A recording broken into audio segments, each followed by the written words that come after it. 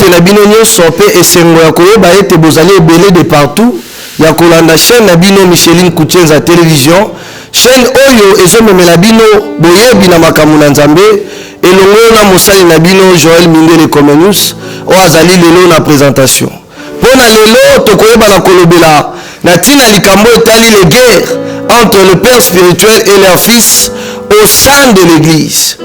Lelo tokomi komona bitumba ezokota na kati ya iglesia entre batata pe na bana. Bana bele bazolungwa na ba église o tina ezali batata na bango. Pe batata bele bazo se plaindre koloba ete bana na biso bazotika ba iglesia po ete bana wana baza persévérante. Ya wana elelo toyambeli bino mosali na Nzambe elongo na yende tokoyeba na ko développer sujet oyo.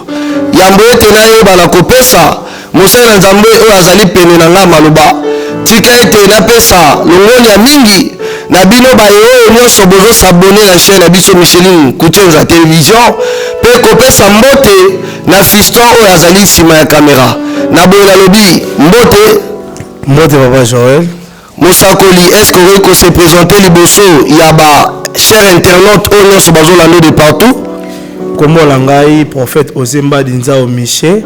Je suis le pasteur de l'église Viens y voir. Merci. Matondi Mosakoli yambo tolingi toyeba tango tozolobela na tina ya guerre ezali neni. En fait guerre eza conflit eza entre deux personnes soit batu ebele to bengaka guerre eza bitumba kozala entre ngana yo tozola eloko to tozobunda pona likambu soit kozala pona batu pe ebele ngambo ne tenyo mais tozo rola la eloko moko songolo pakala.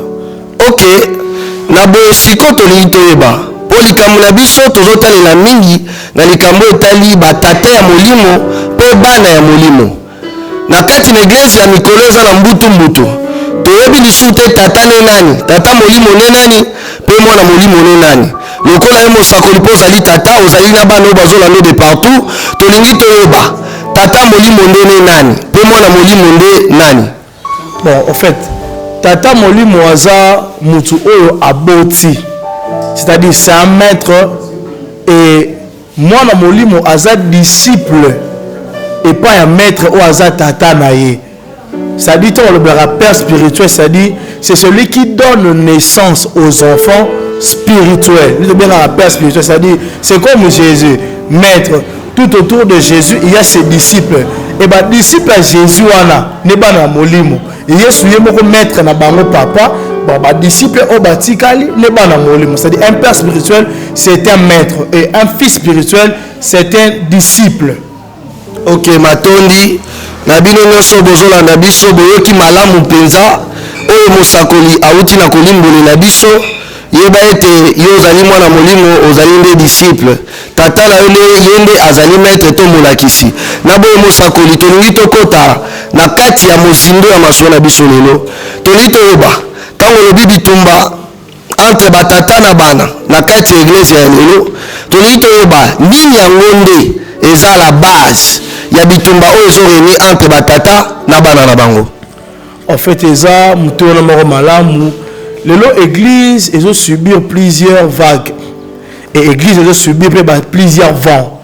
Alors eza makambo ebele oyo esalaka bitumba eza na kati ya église entre bana na batata. D'ailleurs na paraphraser eza déjà prophétie oyo Yesu Kristo Masiya ye moko asalaki nini apesaki biso na mikolo ya suka apa kozala prophétie mais eza be suite à ba réalité ya auto zokuta nango na bato yo tozala bango na église, c'est-à-dire eza na babiloko betro sobi to tanga ngo eza tellement ebele mais je crois pour na TV zangonga to meka moko condensé ngo be to tanga bande to tangila bande ko bayeba biloko ozo sala mbutu bulu yeke eza na kati ya biso biloko ngo Mosakoli. Et là liboso na nous le non respect de la parole de Dieu et c'est là liboso na koloba parce que sur tangi 1 Timothée chapitre 6 le verset premier ozo kita otala makambo za kuna na makambo sala makambo na église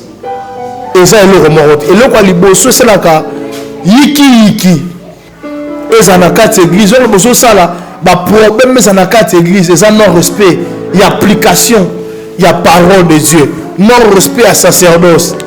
Ou en général, c'est-à-dire que tu vas Nzambe, tu vas Nzambe, tu vas mupanzi kolandisa maloba Nzambe. Mais la réalité dans le kita, et le biloko ozo sala, le conflit est en église entre batata na bana. Il y a les bosso, tout ce monde est régné lelo, et c'est l'argent. Oui, évangile il y a époque, et ça là qui tant où y a mis sur le continent mobile ici. On travaille dans compte royaume, on sait la Nzambe, c'est-à-dire mais on sait la Nzambe voilà, on peut si à vie na mobimba, on s'en a salaire mais le lot ma kambango organisation sanine, et ce côté en église, ma besoin comme moi qu'on changer. Vous imaginez monter au sait la Nzambe na église, atiki batam na ye, atiki makambo surtout ça permanent na église. À mon avis moi et côté en église, il y a son roté. Aroba le campagne makambo na carte église et là ali bosso zo conflit na carte église et ça d'abord mbongo bana bele ba thème la batata na bango mbongo ba ça qui m'appelle des fois en église to so ma micro mais pasteur pas quoi les problèmes montant mbongo montant problème pasteur azanango aka résoudre problème micro zo yaté moi na bandele campagne na carte église alors pasteur olinga jamais moi na wana parce que moi na azobi misanidité na eli banda. Alors tant pasteur Roinae, bon tellement biso tu as droit na cher, na bandi ronyata, tant on a ronyata, et puis on a ronyata, tu salani. Okima, et là les bosso et zambon. Deuxièmement, na robela eza envie pour faire kokoma. Ça veut pas le belé le na église, basa na pour ça va comme le roi batata va pour la lobby, soyez mes visitateurs. Ça dit bino bosanine, bola ndangai.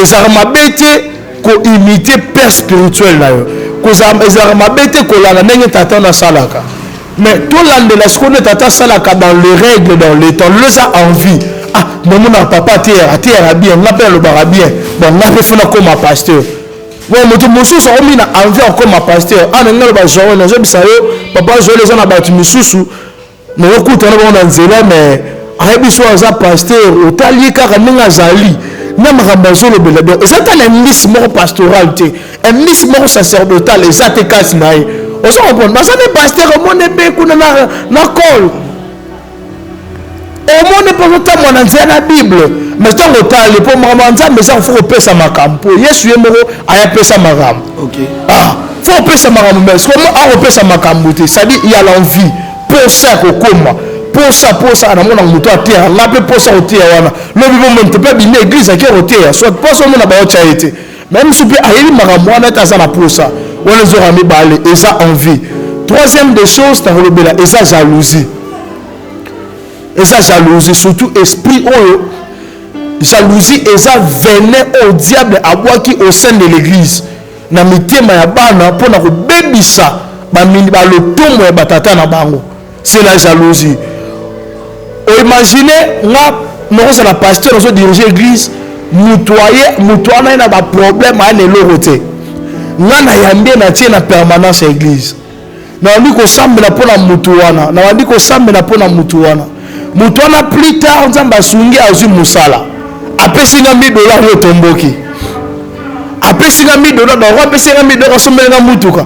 Donc, moi, on attend makolo. Après, attend la mutuka. Nous sommes tous là, nous sommes tous ratés. Et abandonner la rébellion dans la carte église. Nous on peut se donner un exemple. Tant que nous sommes côté dans la carte de Simeon, Marie de Magdala, a un parfait cher. Bible le dit, a joué à boire qui na carte à makola, tiens na sa makola Yesu. Puis a essuyé Yesu na souki na ye. Mais on a Jida, il y a un Jida sur le bateau. Il fallait pas bon, mango batte kaongo, bazambo basani, bapesa na babola. On se comprend, mais Yesu pas allé, t'as la moto à jour. Il y a une réponse à Yesu, c'est ça. Ah, babola bozara mikolo, son abango, mais nga bozara nga mikolo nyonso. Ça dit la jalousie, c'est le venin que le diable a jeté au sein de l'église. Ça dit pour la batu musu, faut pasteur azala a galera, pasteur faut azala mutu moko pauvre, mutu moko no kwa mara. Pour la mutu musu, ça dit faut le pasteur na la rappel ça pasteur mo pas commandera. Il faut ça m'apprendre le pasteur comment on m'appelle makambo comme le lendo boy makambo comme ça dit jalousie ça na katipé et ça la rappelle que non ba toute l'église lelo ba ba okabwala mosu na koloba esprit ya concurrence. Ah, surtout ça et les autres ça bato to kabwana lo na église au mona bato belé on remarqué l'église mingi ya kala babouera ko ça la théologie parce que bato wana ba se bazaka trop sur molimo. On s'en comprend ba ndeko ba molimo za mabete mais ezaki pe na ba école oyo vous sera kéine ba théologie ba relakise makamanza mais ba principe nzambe ya bango na profondeur. On s'en comprend abati misu ba sala ya ngote oyo la ministre nasko na pasteur na yo na ba français otenga mo yo ba français bien oyo na art de parler mais la pasteur no na art a kolobate concurrence soit no mo na trop ça pe na réunion bo pasteur bi makamba ba comprendre te mais yo mo no bi makamba ba sene ba te ba comprendre et ils ont créé un problème au sein de l'église. Esprit de concurrence, c'est-à-dire moi na linga comme le rôle nani le rôle à tata kokanaka na tata na non après ce exemple biso on va consacrer biso mais ça na ndeko na ngamo confrère na ngamo ba consacrer ensemble na ils ont ce pasteur alati sapato à blé il faut qu'il y ait les mêmes sapato wana pasteur na biso père alati so père alati veste à pembe il faut qu'il y ait aso mango c'est-à-dire aso ngara ba kokana na ye on se comprend alors babiloko wana peta babituni sous na ba caractère na bango ako supporter moté amuna razo le galé anyatayo matondi mosakoli na bandeko nyonso bazolanda biso de partout mosakoli ezana ba misusu tozomona lelo bakomi bazalaka liboso toyebaka bango ba interprète mais lelo bakomi kobundisa batata na nzela ya media surtout likambo ya media lelo komona mwana abimi na etando moke mpona kobundisa tata na ye osuleve makambo ebele siko tolingi toyeba surtout na point moko outi koloba ya liboso olobi na ntina ya mbongo lelo tokomi komona bana ebele bakomi kosala révolte epai batata na bango koloba ete batata baza na sens ya libéralité te nyonso bango nde bazolia nyonso bango nde bazosala okomona mwana azosusu oyo bango bazoloba biso toyokaka kaka oyo bato balobaka tuna bakoloba ete biso tosalaka mosala makasi okomona nga na eglize nasalaka boye me na suka nazwaka eloko te nyonso elekaka na konte ya tata zalazala te nyonso okende epai na ye me biso na suka tozose retrouve te bana balobi eza mpe cause ya likambo ezokoze lelo babitumba entre bango na batata na bango lokola yo tata okoloba nini mpona likambo wana.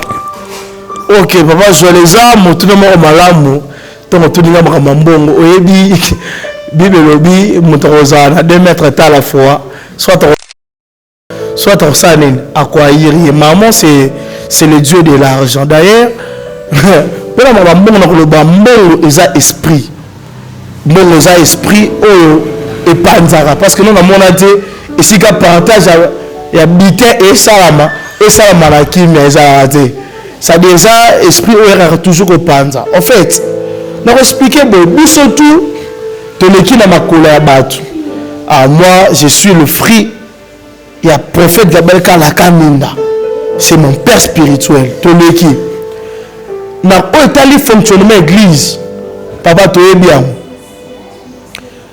tozobeta lisolo ya conflit lelo na église entre batata na bana na bango. Imaginez tant l'église bandara na tata mais bandara bana te. Pourquoi je dis ça? Parce que ba pasteur ba momo na l'église nyonso oyo baza ba premier investisseur ya l'église na bango. Non peut ce exemple c'est-à-dire tonga na bandi église obigenga na sacrifier frais académique pourquoi l'église est là. On se comprend?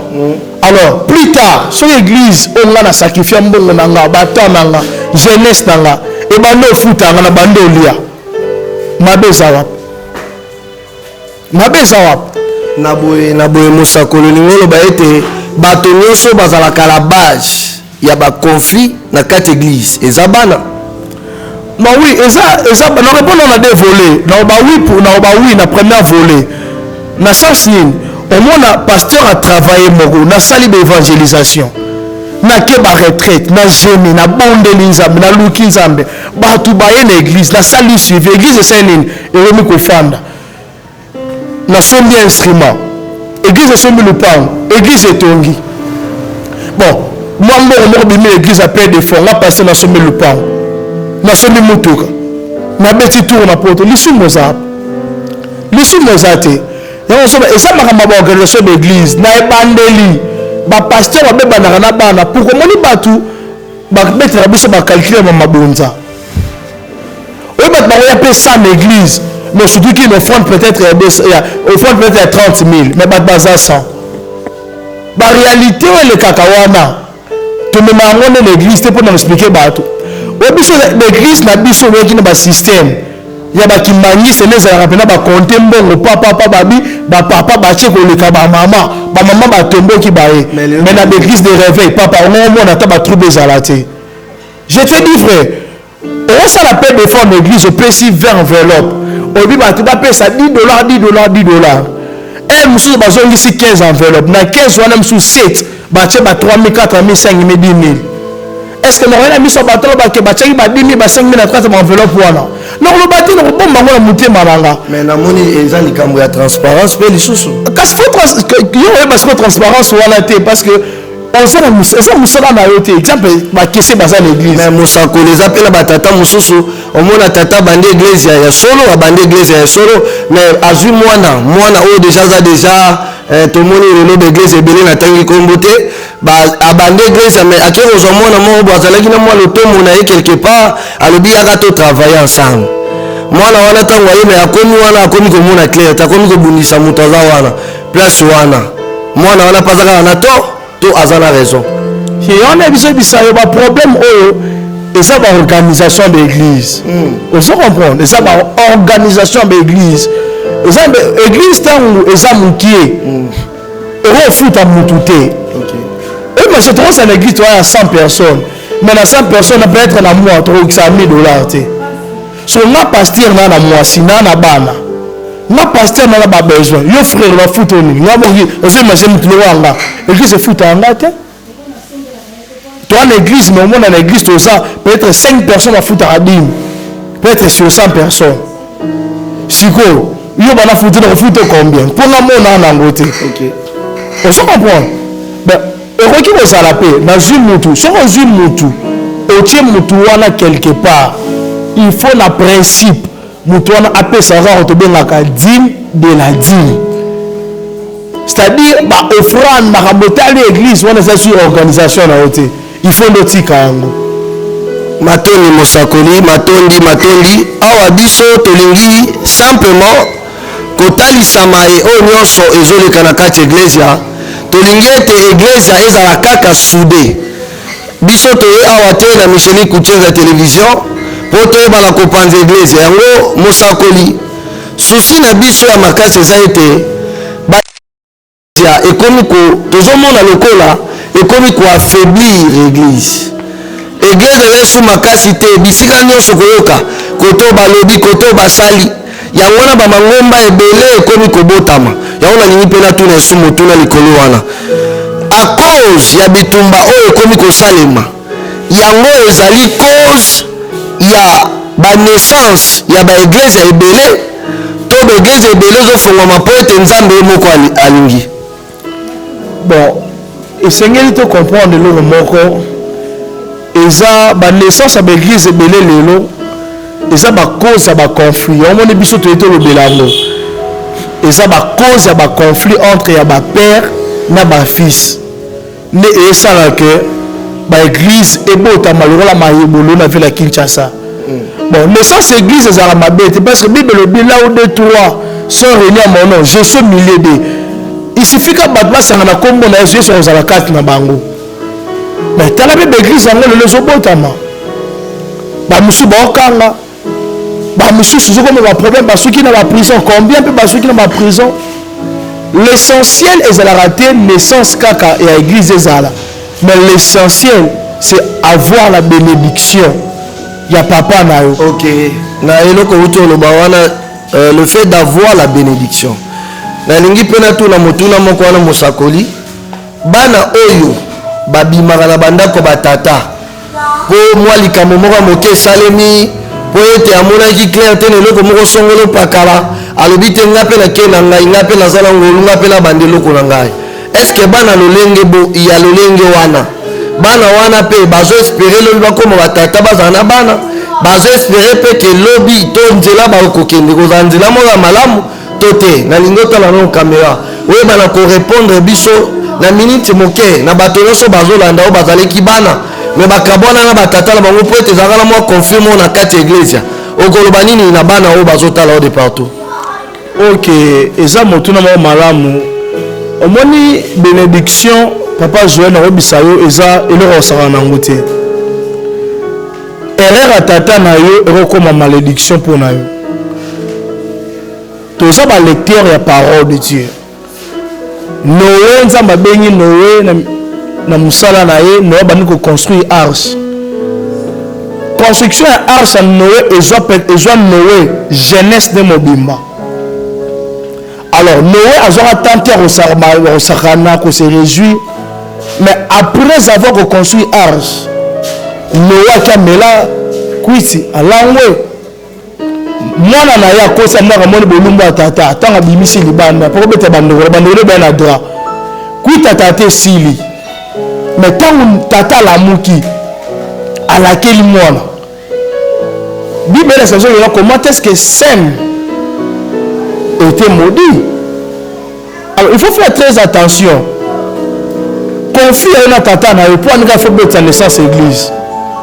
Parce que toi batou na droit batou basala to babisa biso ubi sociétas ubius, c'est-à-dire là où il y a les gens, il y a toujours le problème.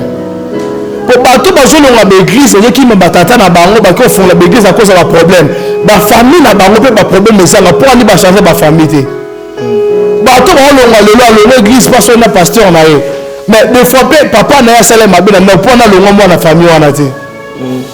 C'est pour vous dire erreur à papa na yo et koki kakate koki no sa naissance église non.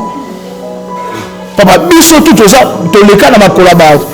Biso tout ça bito na beta ba historique na biso ça na makambo ba sala biso. Parce que église est un monde moral mystique. Il y a des esprits qui viennent. Et ça l'éducation au ça la carte. Imaginez si ba biso ba ko ça ba makambo to sala te. Peut-être que tu as cher. Non, l'église qui a bongo. Non. On se comprend. On a l'église qui pose un problème na pasteur na on a un problème pasteur na de gérer en Europe. Ça dit et là on ça là le naissance il y a église ezala ebelé. Ils ont mal gérance, il y a pas problème. OK Mosakoli, tolingi totuna lisumu tuna mosusu la babitumba oyo ezomema église wapi lokola yo leader d'opinion poza mosala nzambe nalingi nayeba bitumba oyo ezozala entre batata na bana ezomema église wapi lokola mosala nzambe okoloba na biso nini? Non, eza plan moko satanique.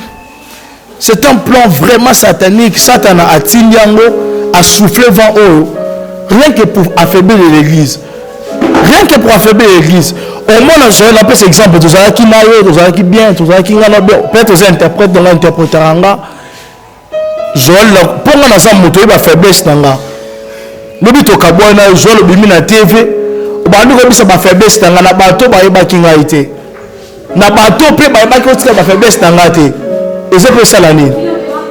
C'est-à-dire, il conflit dans une église entre le père et le fils. Et ça va prendre à dépeupler le royaume en Zambie. C'est pour semer l'incrédulité. C'est pour semer la haine. Et ça pour nous semer des goûts. Dans ma campagne, les bateaux, qui mangeent les bateaux, pas ça me le sous-souté. Moi, le bateau, taxi, pasteur, aventurier, bateau, film, abisso, bateau, comme il a mon église, comme la légèreté, mon roi. Il y a ma cache, ça dit qu'on parle de l'église, on voit des aventuriers, on voit des escrocs. Ça dit surtout le bon prophète, biso de Mangambu. Ça dit, niature onyata. Nyonso oyo ozo salama lelo. Satan a la base pour affaiblir la puissance de l'église. C'est Satan qui est à la base.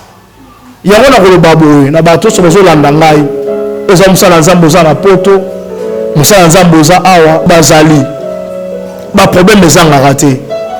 Alors tant que on a problème dans l'église, on a une solution sur le télémine à chair, on a dit qu'on a un problème à frère Kingan. On a une solution sur le télémine à combat batu. On s'attend à un problème na moi, ben na moi na fandi sai, le ban a gagné la lokola tata. Yo pe moi nous a un problème, on sali ma be tata à l'obelio. Kotomboka te, yo ka voix tata.